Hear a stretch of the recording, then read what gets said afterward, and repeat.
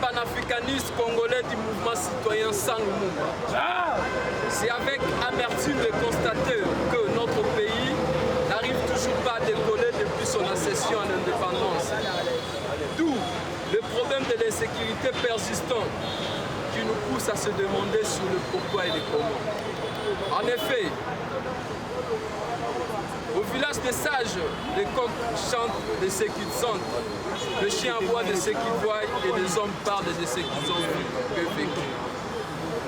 Le Congo, pays en dimension continentale, riche, fait l'objet d'envie de prédateurs impérialistes occidentaux qui, d'un côté, jouent le pyromane et de l'autre facette, le sapeur-pompier. Donc, ils allument le feu et puis ils viennent jouer aux pompiers. L'hypocrisie de l'Occident qui cause l'insécurité non seulement au Congo, mais en Afrique entière. Le système néocolonialiste consistant de nous dresser les uns contre les autres, de se servir de l'un pour anéantir l'autre, le même système qui nous oppose aujourd'hui au Rwanda, avec comme marionnette M. Kagame et ses frères. De qui vient la force au Rwanda de faire face à un grand Congo, à un grand pays comme le Congo et d'occuper un territoire qui est la nôtre, la Bunagana, si nous ne pas soutenu par une force obscure. Si la guerre en Ukraine, l'Occident, par les canaux de l'OTAN, fournit ses armes en Ukraine pour lui permettre de se défendre face à l'armée russe, cependant au Congo, il multiplie les embargos d'achat d'armes techniques pour ne pas permettre au Congo de se défendre contre le milice rwandais M23 opéré à leurs avantages impérialistes.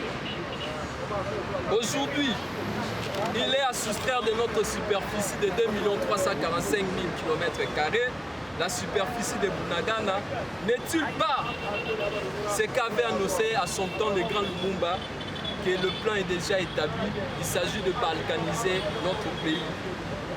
Et de notre temps, nous dénonçons également la balkanisation de notre pays qui s'annonce déjà avec la prise de Bunagana. L'histoire nous enseigne que notre pays a connu plusieurs interventions des armées étrangères sur le sol congolais depuis son accession à l'indépendance.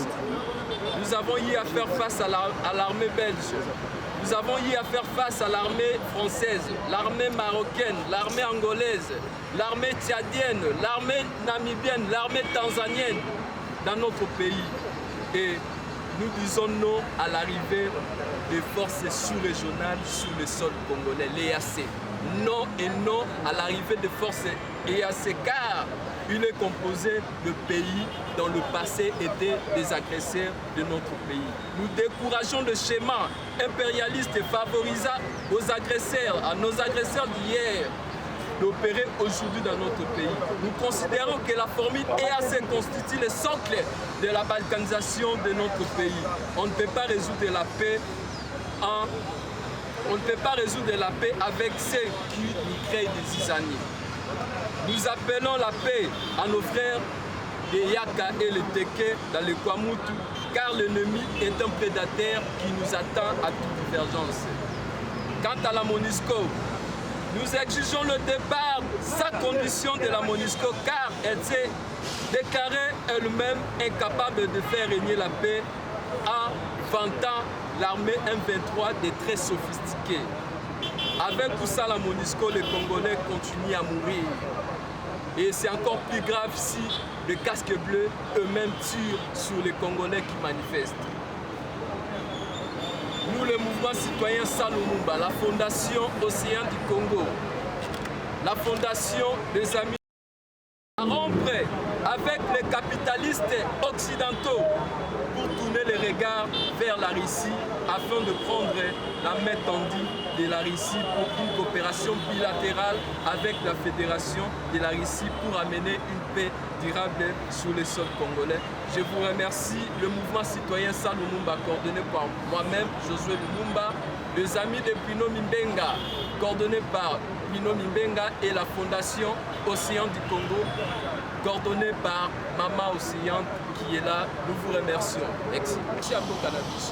On a établi MONUSCO.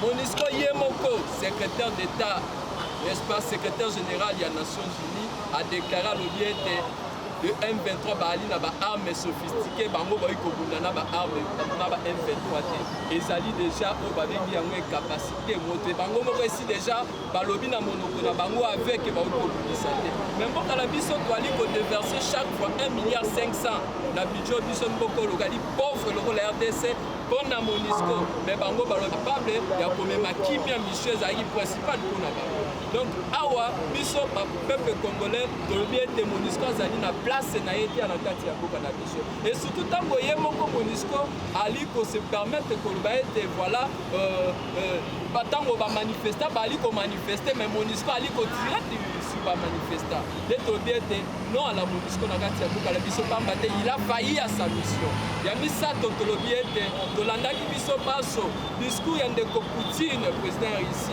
pour alobaki ete la Russie est prête, n'est-ce pas, à aider les RDC. Biso toyokaki na matoi na biso tango moto lokola Poutine. Mais toyebi logique oyo balobaka ete na mokili mpona okoma grand il faut komatana mapeka moto azali grand.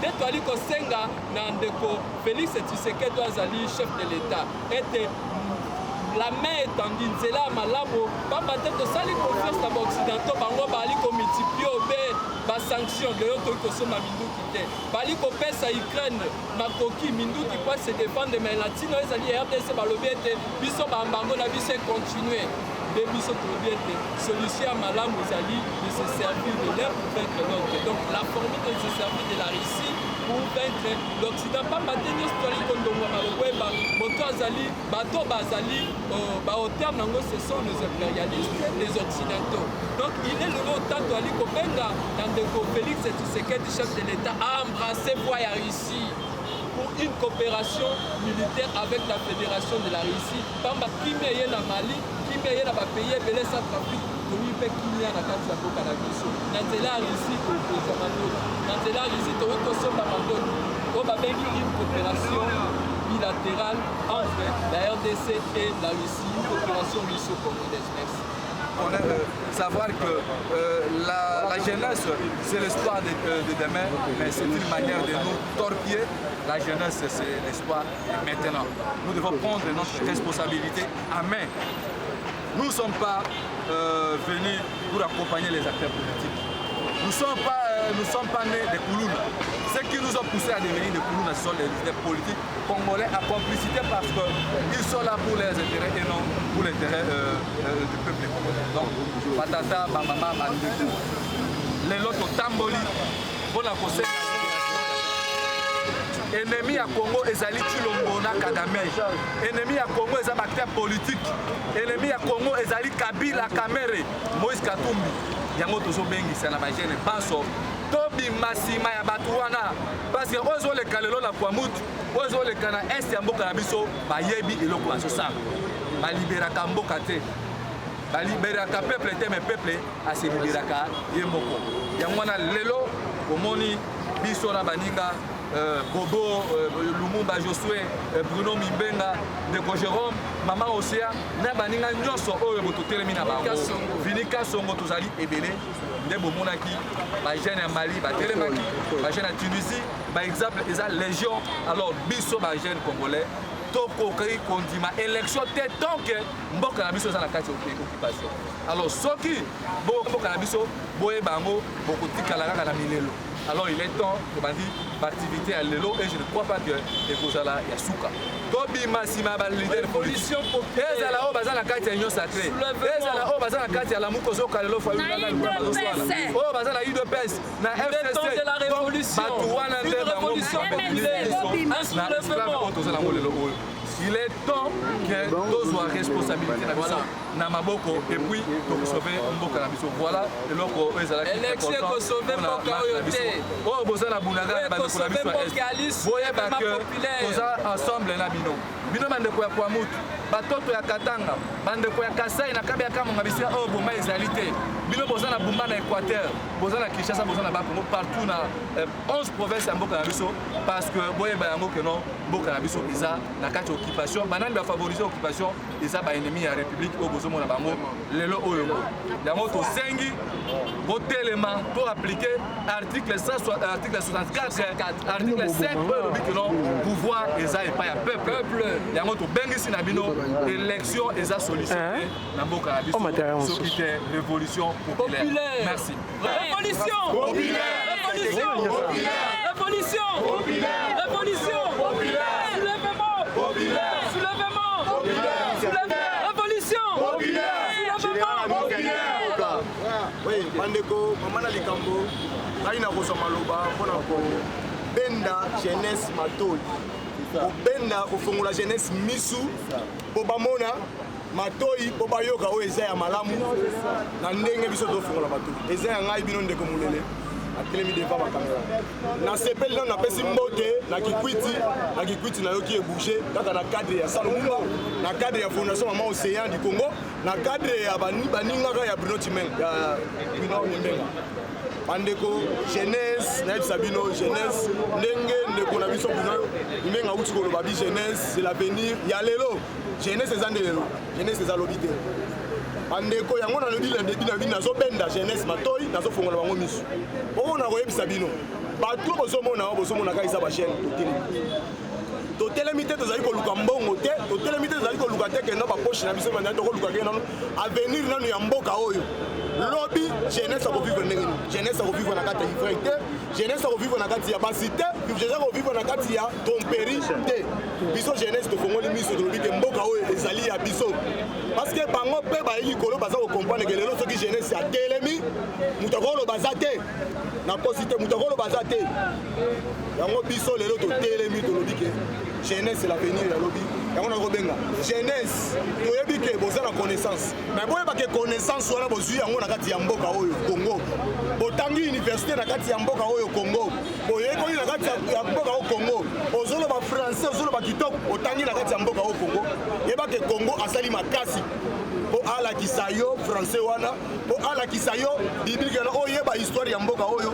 oyeba kotanga AIO mais yango tobengi bino soki odefendre mboka oyo elakisi yo te etangisi yo te tampi po kina yo kobonga te yango tobeleli jeunesse nyonso bisika bozwali tozocontinue lobi tokobeta lobi kuna tokobeta lobi tokobeta toza na posa totambola yango moni na début avant batotangi kombo ya révolution la révolution bapoliticien baza na kokosa biso bapoliticien baza na kati kofavorize biso jeunesse te bango baza kolanda intérêt na bango bakokende basoli na Kagame basoli yango nayebisi bino ka jeunesse mpasi bozwami tozala bomoko totelema appel kala mingi te bozozwa message na biso tozotambola lisusu na nzela kaka te tokosala kaka ntiangu ozolakisa ke non toza mécontente na makambo ezoleka na bunagana eloko na kwa mutu na nyonso omoni ete Mose Laurent Désiré Kabila na boye na ye na 97 alobaki boye ya solo na sango na bato mabe mpona koya kolongola kongo mobutu molimo na ye mpe na dunia kasi ngai moko na mimoni ete ebongaki te na ye na lolenge wana ebongaki na sola na ndeko na ngai na lolenge ya kimia po ete ye batalisaka makambo Muze asali mobele ibo misato sanza misato tope mbula misato yo wana ndimaki liwa mpona nini alobaki na koteka mabele mwangai te mpe atikeli biso malobalobi bitumba ekozala na molai nango mpe ekosimba bato banso oyo tolobi soulèvement populaire alobaki na lokota ya lifrançais te la guerre sera longue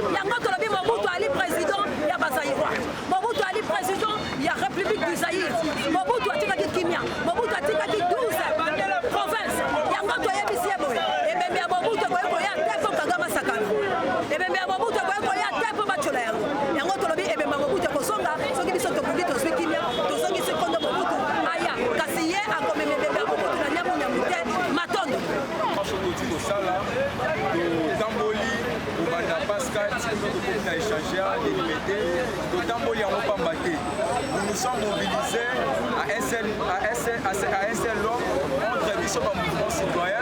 Totambola contre ba parti politique, mais tosanga une association ba mouvement citoyen. On a kotambola kobundela mboka, kobundela ba oyo bazwami na kati ya territoire ya Bunagama, pe territoire mosusu ba oyo baza attaqué par ba Rwandais na mboka ya Kagame. Toza contre ba acte ya Kagame aza kosala na niveau ba territoire wana yango wana tozwaki mokano ya komarche mpona kobundela mboka kobundela bandeko na biso bazwami na territoire ya Bunagama. Toza na mposa liberté ekota na kati ya baterritoire na biso ya Bunagama na baterritoire mosusu yango wana eza ntina na biso tondimi komarche biso tomarche na compte ya mouvement citoyen civique oyo ezali nyokola bandeko na biso mpanza este yango lelo tosengi liboko epai papa Risi na papa Kutino pardon baya na suki wana papa journaliste ya mingi oloba eza te